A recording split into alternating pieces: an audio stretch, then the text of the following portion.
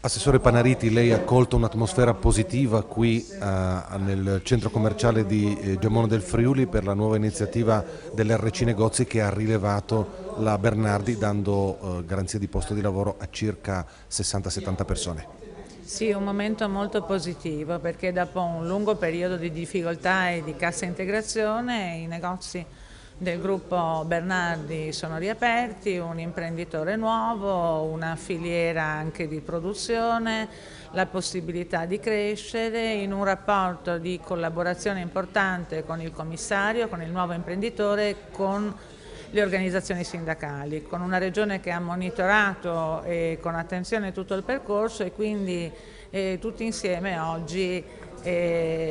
festeggiamo, si può dire sì, perché si tratta proprio di festeggiare il cominciare dell'attività di tutti questi negozi e in particolar modo di questo qui nel centro commerciale di Gemona. L'amministratore non ha escluso un ampliamento dell'organico, quindi altri posti di lavoro. La Regione può fare qualcosa dal punto di vista della formazione? Noi siamo disponibili per quanto riguarda la formazione, certo il fatto che vi sia la possibilità di un ampliamento dell'organico è estremamente positivo e molto positivo, ribadisco, è questo rapporto di collaborazione tra commissario, nuovo imprenditore e organizzazioni sindacali e anche regione che ci permette di guardare al futuro in modo più positivo rispetto al passato e anche i lavoratori hanno una tranquillità